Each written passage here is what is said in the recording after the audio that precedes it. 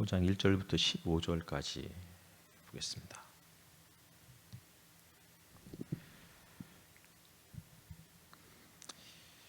한 목소리로 또 읽겠습니다. 시작. 그 뒤에 유대 사람의 명절이 되어서 예수께서 예루살렘으로 올라가셨다. 예루살렘에 있는 양의 문 곁에 히브리 말로 베드자다라는 못이 있는데 거기에는 주랑이 5 있었다. 이 주랑 안에는 많은 환자들 곧 눈먼 사람들과 다리 저는 사람들과 중풍병자들이 누워 있었다. 그들은 물이 움직이기를 기다리고 있었다. 주님의 천사가 때때로 못에 내려와 물을 휘저어 놓는데 물이 움직인 뒤에 맨 먼저 들어가는 사람은 무슨 병에 걸렸든지 나았기 때문이다. 거기에는 38해가 된 병자 한 사람이 있었다. 예수께서 누워있는 그 사람을 보시고 또 이미 오랜 세월을 그렇게 보내고 있는 것을 아시고는 물으셨다. 낫고 싶으냐?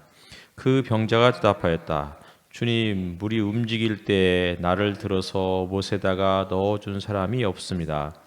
내가 가는 동안에 남들이 나보다 먼저 못에 들어갑니다. 예수께서 그에게 말씀하셨다. 일어나서 내 자리를 걷어가지고 걸어가거라. 그 사람은 곧 나아서 자리를 걷어가지고 걸어갔다. 그날은 안식일이었다. 그래서 유대 사람들은 병이 나은 사람에게 말하였다. 오늘은 안식일이니 자리를 들고 가는 것은 옳지 않소. 그 사람이 대답하였다. 나를 낫게 해주신 분이 나더러 내 자리를 걷어가지고 걸어가거라 하셨소. 유대 사람이 물었다. 그대에게 자리를 걷어가지고 걸어가라고 말한 사람이 누구요? 그런데 병 나은 사람은 자기를 고쳐주신 분이 누구인지를 알지 못하였다. 거기에는 사람들이 많이 붐비고 예수께서는 그곳을 빠져나가셨기 때문이다. 그 뒤에 예수께서 성전에서 그 사람을 만나서 말씀하셨다. 보아라, 내가 말끔히 나았다. 다시는 죄를 짓지 말아라. 그리하여 더 나쁜 일이 너에게 생기지 않도록 하여라. 그 사람은 가서 자기를 낫게 해주신 분이 예수라고 유대 사람에게 말하였다.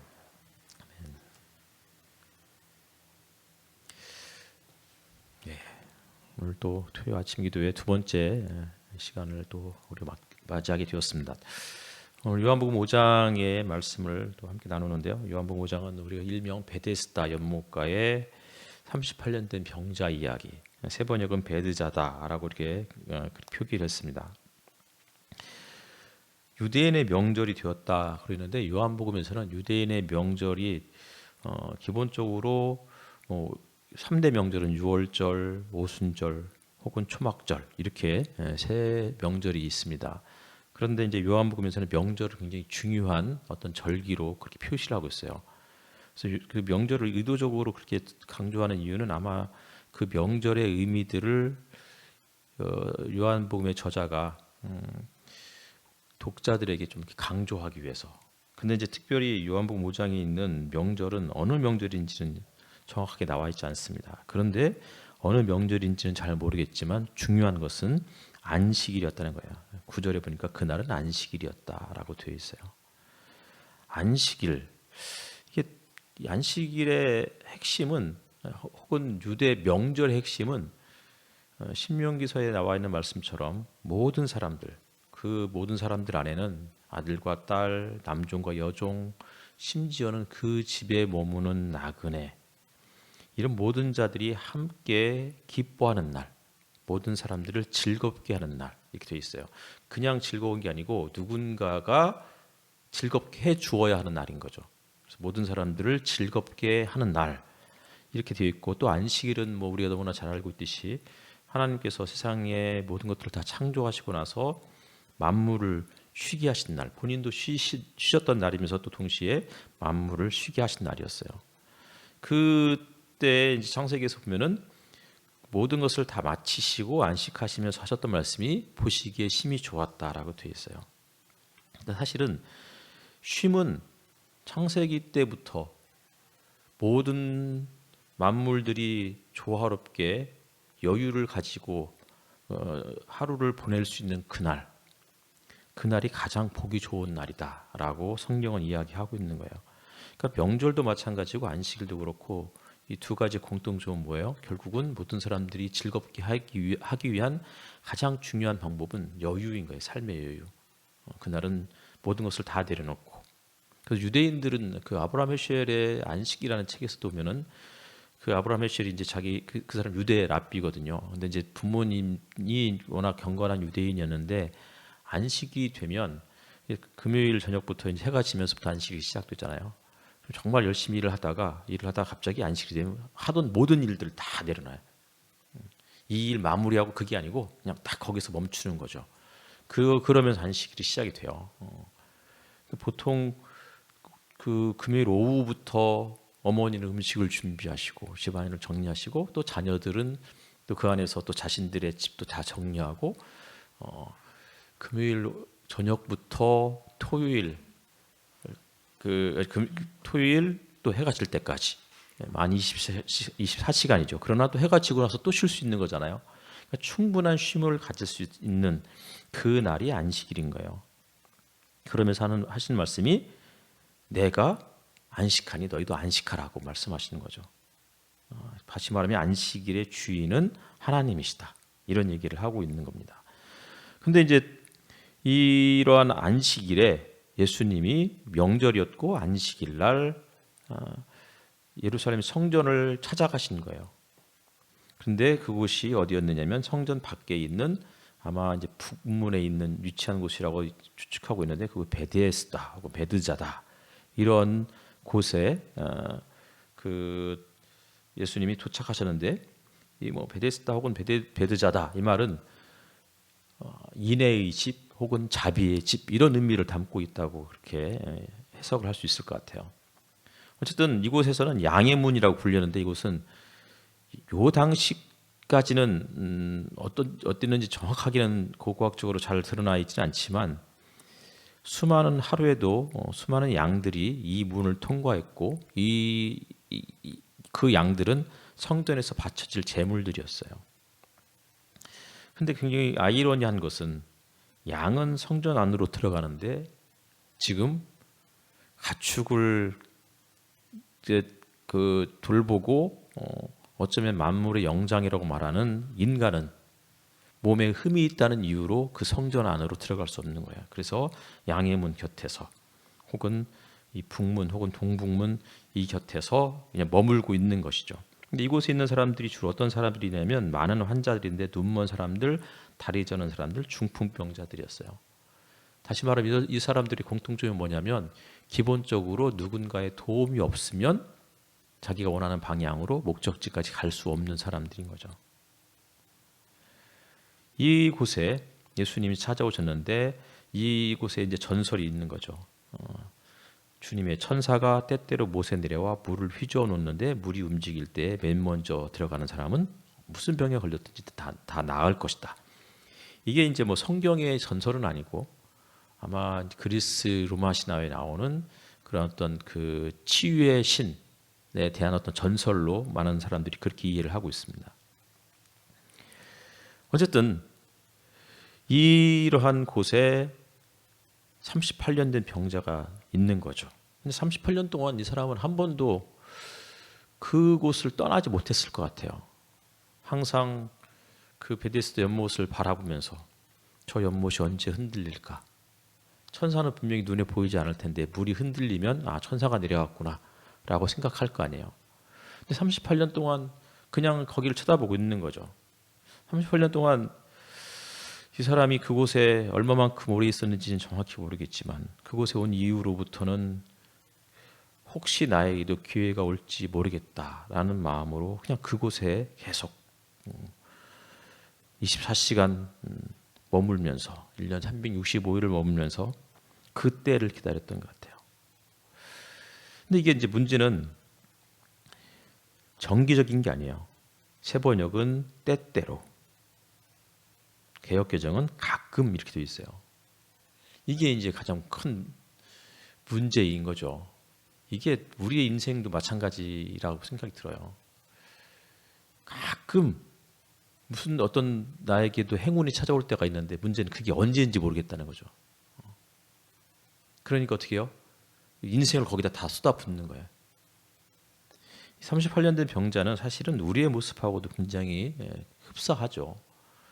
우리가 살아갈 때 사실은 때로는 정말 너무 허황된, 남들이 보면 굉장히 허황된 것인데 우리는 또 언제 그래도 나에게 이런 어떤 행운이 찾아올지 모르겠다라는 생각에 1년 보냈고 2년 보냈고 3년을 기다렸고 이게 이제 기다린 세월이 또 아까워서 더 기다리는 거예요. 근데 다행히 물을 흔들어 놓는 천사가 아니고 예수님이 그곳을 찾아오셨고 예수님께서 이 환자에게, 이 병자에게 물으시는 거죠. 내가 낫고자 하느냐? 낫고자 하는 것은 사실은 모든 인간의 욕망이잖아요. 낫고 싶은 것, 혹은 부자가 되고 싶은 것. 그러니까 우리가 기도하는 이유는 우리 안에 욕망이 내재되어 있기 때문에 그런 거잖아요. 그러니까 우리가 생각하고 있는, 우리의 마음에 품고 있는 욕망과 우리의 현실이 불일치하고 있는 거잖아요. 그러니까 불일치하니까 이것을 보완해 달라고 그렇게 기도하는 거라고요. 근데 이 사람에게 예수님이 낫고 싶으냐, 낫고자 하느냐라고 했더니 이 사람이 엉뚱한 대답을 하고 있는 거예요. 낫고 싶으냐? 그랬더니 주님, 물이 움직일 때 나를 들어서 못에다가 넣어준 사람이 없습니다. 내가 가는 동안에 남들이 먼저 들어가서 나는 그 기회를 매번 놓친다. 이렇게 이야기를 하고 있는 거예요. 그럼 예수님의 네가 낫고 싶으냐 그러면 낫고 싶습니다 이렇게 말을 해야 되는데 이 사람은 자기의 그동안 억울했던 심정을 이야기하고 있는 거예요. 낫고 싶은데 사실은 근데 기회가 없었습니다. 늘 남에게 기회를 빼앗겼습니다. 세상이 선착순인 거잖아요. 이게 딱 지금의 오늘날의 현실과 똑같은 거라고요. 근데 이런 곳에 예수님이 찾아오셨고 네가 낫고자 하느냐 그랬을 때 비록 엉뚱한 대답을 했지만 예수님은 그의 마음을 알고 계셨던 거죠. 그러니까 그곳을 떠나지 못했고 그러니까 뭐라고 하셔요? 일어나서 내 자리를 걷어가지고 걸어가거라. 그랬더니 이 사람이 곧 나와서 자리를 걷어가지고 걸어갔다. 그리고는 그날이 안식일이었다고 이렇게 이야기하고 있는 거예요. 안식일 그리고 성전. 이 사람은 그 다음에 어떻게 했을까요? 성전으로 들어가요. 그리고 성전으로 들어갔더니 종교 지도자들이 어떻게 안식일에 네 자리를 들고 걸어가느냐고, 왜 일을 하느냐고 하면서 그를 나무랐고 결국은 그를 고쳐준 사람이 누구냐 그랬을 때 알고 봤더니 자기를 고쳐준 사람이 예수님이라는 사실을 까마득하게 묻지도 않았던 거죠. 근데 나중에 요한복음 9장에 가면은 날 때부터 석용된 사람이 있었어요. 그런데 예수님이 그를 고쳐주셨고 실로암 연못가에 가서 이제 내 눈을 씻어라 고쳐주셨잖아요. 근데 문제는 이 요한복음 5장에 나와 있는 38년 된 병자와 날 때부터 석용된 사람의 결정적인 차이가 있어요. 베데스다 연못가에서 아까 말씀드렸듯이 이곳에는 눈먼 사람들, 다리 저는 사람들, 중풍병자들이 있는데 이곳 지금 38년 병자는 아마도 중풍병자였을 가능성이 높다고 다 대부분 그렇게 이해를 하죠. 그러면 근데 구장은 날 때부터 눈먼 사람이었던 거예요. 근데 이 사람은 어떻게 해요? 자기를 고쳐주신 분이 누구인지를 알아요. 하지만 물론 처음에는 알지 못했죠. 하지만 나중에 알고 나서도 종교 지도자들이 너를 고쳐준 자가 누구냐 그랬을 때 끝까지 얘기를 하잖아요. 얘기하지 않을 뿐만 아니라 실질적으로 그분이 메시아이다 라는 사실을 고백을 해요. 근데 이 사람은 오히려 예수를 고발하는 그런 입장으로 그렇게 보여주고 있는 그런 성경이라고 생각이 들어요. 어쨌든 안식일이고 성전인데 왜 성전에 이 사람은 들어가지 못했을까? 성전은 사실은 누구라도 맞이해 주는 곳이잖아요. 예를 들어서 이 성전의 원형이 야곱이 그의 형 에서를 피해서 도망가다가 베델이라는 곳에서 하루 잠을 자잖아요. 베델이 하나님의 집이란 뜻이잖아요. 그리고 도망갔다가 나중에 또 그 장인이면서 또 외삼촌 라반의 집에서 또 나와서 돌아올 때도 베델에서 머물러요. 이스라엘 백성들이 이집트 광야를 거쳐서 돌아올 때도 혹은 바벨론 포로에서 돌아올 때도 아마 이곳을 다 통과했을 거예요. 왜냐하면 베델은 일종의 예루살렘으로 들어오는 일종의 관문과 같은 곳이에요. 그 이스라엘 백성들에 있어서는 자신을 받아주는 곳, 요한복음 1장 맨 마지막에 가면 나다나엘을 비롯해서 제자들이 하셨던 예수님의 말씀도 하늘이 열리고 하나님의 천사가 이 사닥다리 위를 오르락 내리락 하는 것을 보게 될 것이다. 이게 성전에 대한 이야기거든요. 이곳이 어떤 곳이냐면 38년 된 병자이든 누구라도 이곳을 찾아오면 맞이해주는 그런 곳이 성전의 모습이어야 된다는 거예요. 누가복음 15장에 가면은 탕자의 비유가 나오는데 아버지가 마치 성전과 같은 그런 이미지로 묘사가 돼요. 그리고 탕자는 죄인인 거잖아요. 근데 그를 이방 땅에서 허랑방탕하게 살아갔던 그 아들이 돌아왔을 때 그 아버지가 그냥 받아주셨던 것처럼 원래 교회는, 원래 성전은 그런 곳이었다. 그런 곳이 되어야 된다라고 이야기를 하고 있는 것이죠. 이사야 역시도 마찬가지예요. 성전의 원형에 대해서 이야기하면서 구원이 가까웠으니 정의를 지키며 의를 행하라. 그러면서 안식일을 거룩히 지켜라. 그런데 안식일을 거룩히 지켜라 이 말을 3번을 반복해요. 그러면서 하시는 말씀이 이방인에 대해서 절대 차별하지 말아라. 이렇게 이야기를 하고 있어요. 그리고는 내 집은 만민이 기도하는 집이다. 근데 예레미야에 가면은 예루살렘이 멸망을 하고 이스라엘 백성들이 바벨론 포로로 끌려가는 상황에서 하나님께서 예레미야에게 하셨던 말씀이 이런 말씀이었어요. 이것이 여호와의 성전이라, 여호와의 성전이라, 여호와의 성전이라 3번 반복해요. 그런데 문제는 사람들이 이 집을 강도의 소굴로 만들어버렸다. 무슨 얘기예요? 이곳에서 수많은 번제를 바치고 수천 마리의 양을 매일같이 이 양의 문을 통과해서 통과할 때 흠이 있는 것은 걸러내고 이러면서 나름 깨끗하고 흠없는 양들을 성전 안으로 들여서 그곳에서 성전에서 번제로 바친다 할지라도 이곳에 정의와 공의가 사라지면 절대 이곳은 하나님의 성전이 안 될 뿐만 아니라 그곳은 결국 강도의 소굴이 될 것이다 라고 그렇게 이야기하고 있는 것이죠. 성전은 이런 곳인 거예요. 만민이 기도하는 집. 요한복음 2장에서도 똑같이 말씀하고 있어요. 예수님이 이 성전을 허물라 내가 사흘 만에 다시 짓겠다. 그러면서 자신의 몸이 곧 성전이심을 제자들이 나중에 이제 그 하셨던 말씀을 깨닫게 되죠. 만민이 기도하는 집. 누구라도 이곳을 찾아왔으면 이곳에서 따뜻한 차 한 잔 마시면서 몸에 혹은 영혼에 쉼을 얻을 수 있는 곳. 그것이 교회가 되어야 하는데 어느 순간에 교회가 사람들을 차별하고 있는 거죠. 몸에 흠이 있다는 이유로. 그래서 뭐 때문에 안 된다. 그러면서 이제 교회 앞에다가 붙여놓잖아요.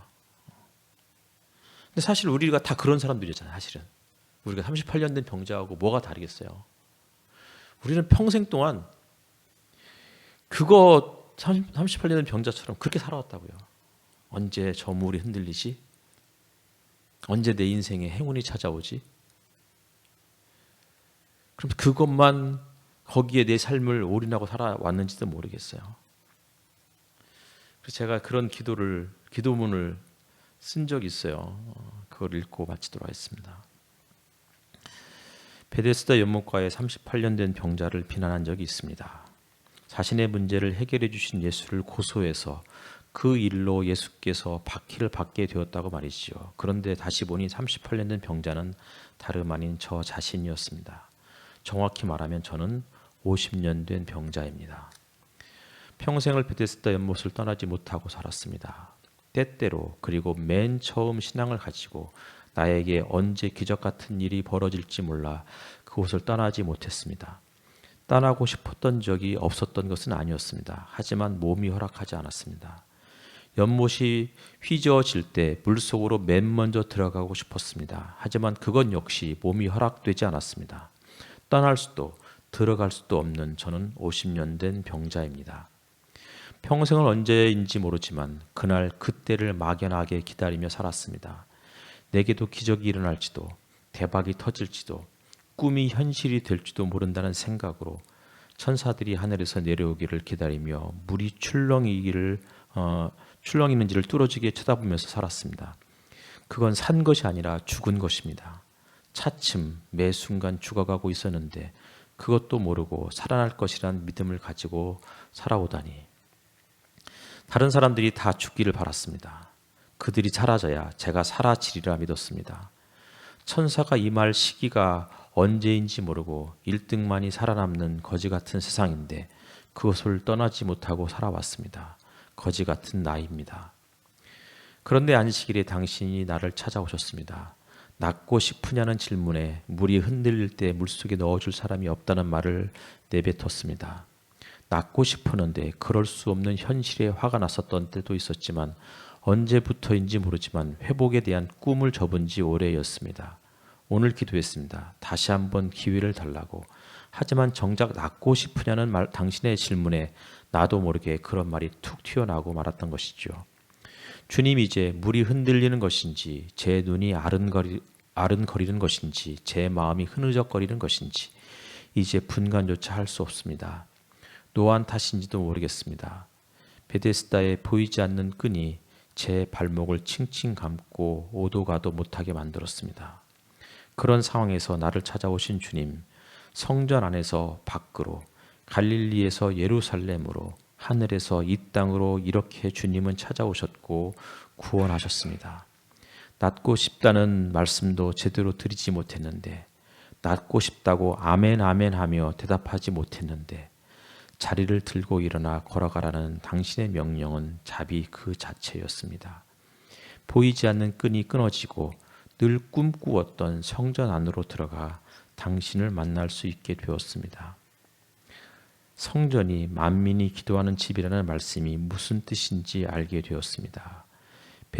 이제 베데스다를 떠나 진정한 자비의 집, 당신이 거하시는 처소를 향해 나아갑니다. 나를 받으옵소서. 기도하겠습니다.